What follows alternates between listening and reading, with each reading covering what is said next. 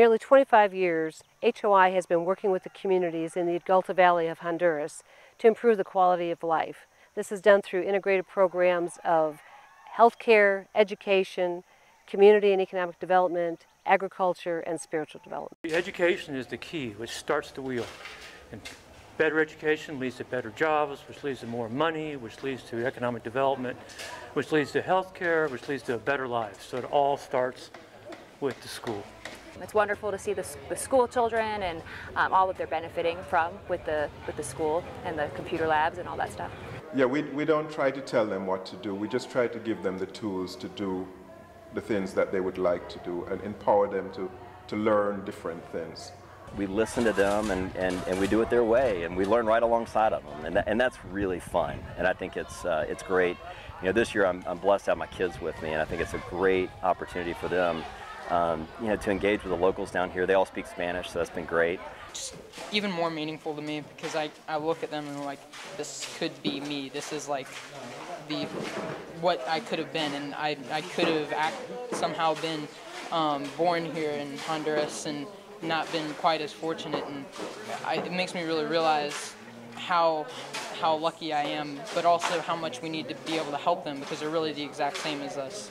I think it's just fantastic to just see all these children being like smiling and being so happy just to see us working there. We've added, in the last couple of years, we've added some vocational training such as sewing, cooking, agriculture training, things that the students can use in their life even if they don't continue on in their education past middle school or high school. And now we're trying to focus on offering some enhancement to those curriculum through music.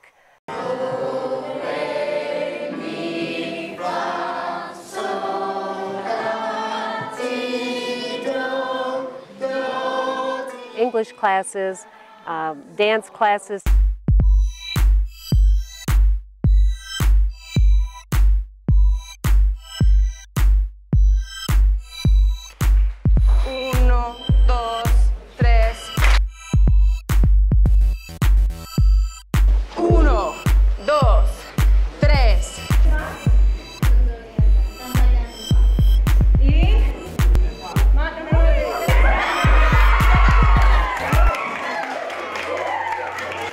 To give them access to a lot of variety of arts that is normally not focused but does enhance the child's education through the art programs.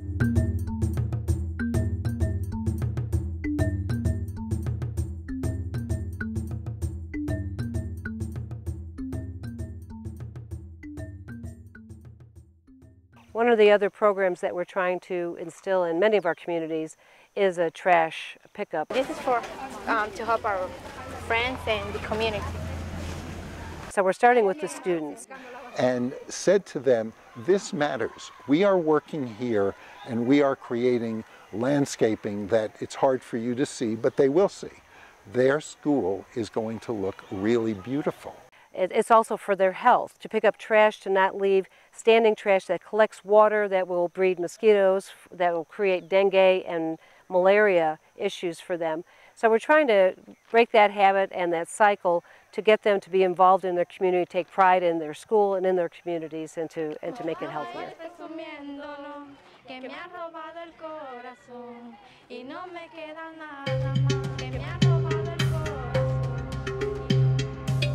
Our school is, it draws from about 33 villages, and some of these students that come from these villages are walking or riding horses or in cars, and they're driving maybe 45 minutes to get to school from these remote villages.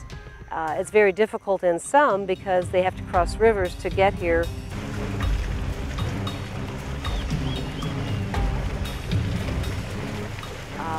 With their vehicles or on foot, and when the rainy season comes, sometimes it's impassable and they can't get to school because of the rise of the river.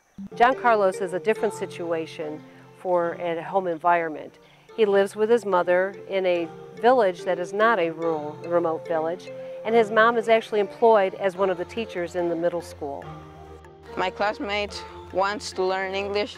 They're always like, oh, you know English, you can talk with North American people.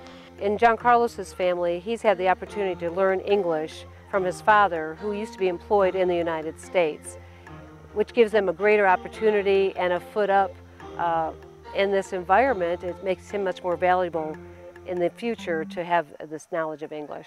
I would like to be like my mother and my father. They always have been in school studying, and now they have a good professions. My favorite subjects are science, history, and math sometimes. I would like to say to the people in the state that HOI is very good for help. They give us a lot of things. I think without HOI, here will be a disaster.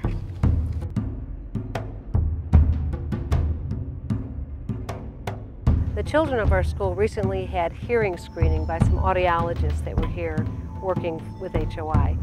So when you hear the tone, raise your hand up, okay? When you don't, just put it down.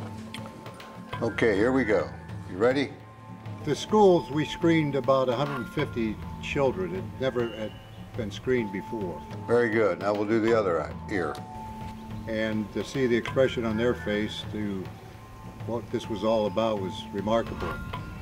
Fortunately, we saw very few that had a hearing problem.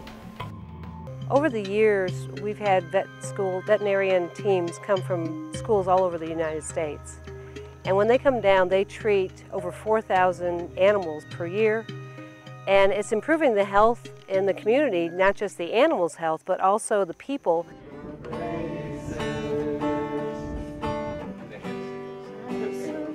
In this country, their hearts are getting changed, and that's has a lot of meaning to them. Maybe not with words, but with our works. My name is Sandra Barrios. I am from Mexico City, and I am in the vet team. My name's Richard Lynn. I'm a veterinarian from Ozark, Missouri, and working with a group, Christian Veterinary Mission, that sends volunteers short-term and long-term all over the world. The kinds of experiences that they have in a week, just can't be duplicated in, 10 books. I closed a spay with some intradermal sutures. All right, high five, hey. Some of the work we do with the smaller animals is directly related to human health. Animals that are in close contact with humans can carry parasites and harbor diseases that can affect humans. My name's Lynn Boone, and I'm a vet tech in Ozark, Missouri. They call me Mama Boone, so I am the old lady in the group. He doesn't like you. Yeah. He doesn't like you. I know. He likes the girls. Right. He doesn't like Yeah. It's me. Yeah. Yeah, of course, a smart horse. Yeah. Even when you don't speak the language, I speak very little. What thing? I can. It's all the same to me. Cuatro años. They understand. They understand love. They understand that we care. My favorite part is I get to paint the young ladies and the women's nails. So as we get to the end of our day, we're kind of wrapping up a little bit with surgeries. We maybe have 4 or 5 left to do. Then I just ask the ladies if they would be willing to let me paint their nails. I paint little flowers on their nails after, and their eyes just brighten up. I think they don't have that pampering that women need. I really get to bond in such a neat way that we don't necessarily get when we're working on the pets. Why do they come out? Seeking the veterinary services that they won't be able to get anywhere else. There's no other veterinarian in the area within 200 miles. My name's Paul Young. I'm a veterinarian from Houston, Texas.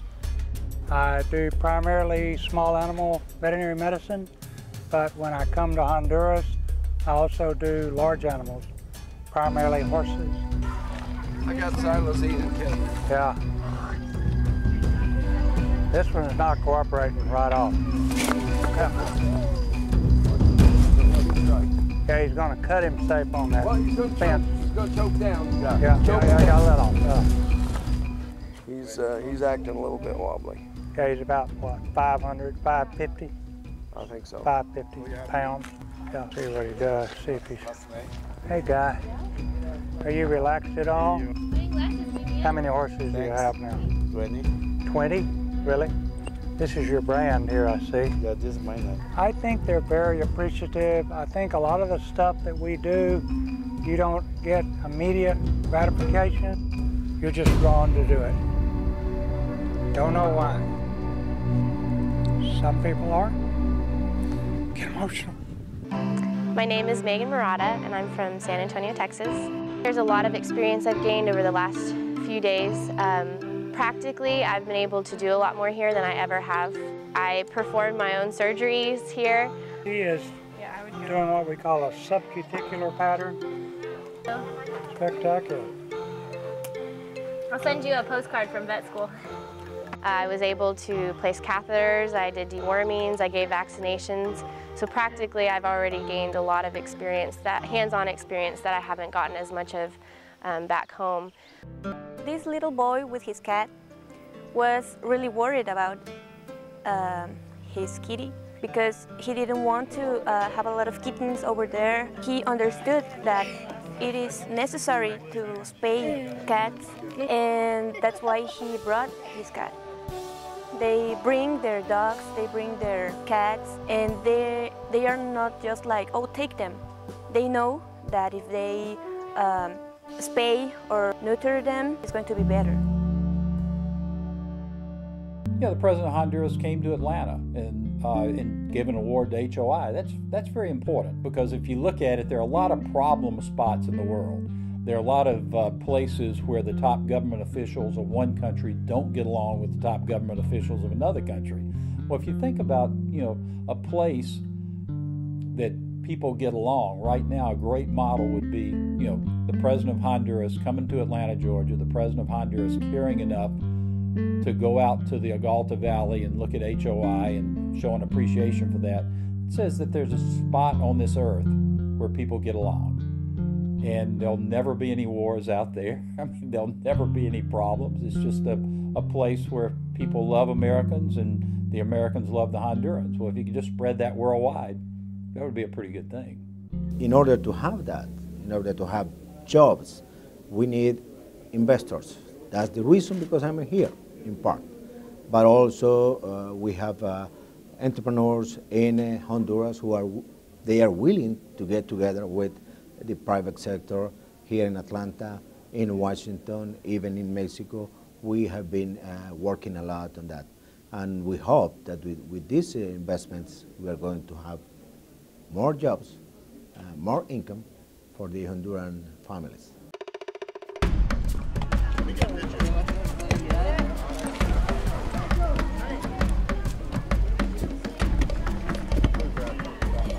Vince started coming with us, and he really engaged. I mean, Vince works hard. He's really, believes in helping the kids and the people down in that area, and he's been back each year. Yeah, let me show you how to carry this. Put your hand up right over here, and put it right in here. And now kind of weave it back and forth. There you go. You can run with it.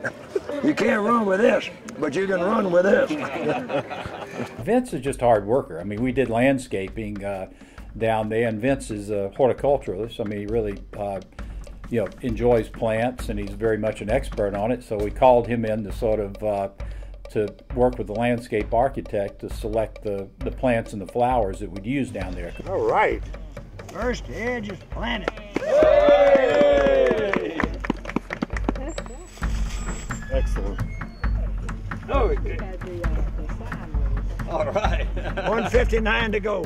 As we got into it, we decided it was going to be between the hedges, like Athens. So we have 160 hedges that are planted surrounding the soccer field. And Coca-Cola really doesn't do scoreboards anymore. They used to put up scoreboards at high schools and colleges. They don't do that anymore.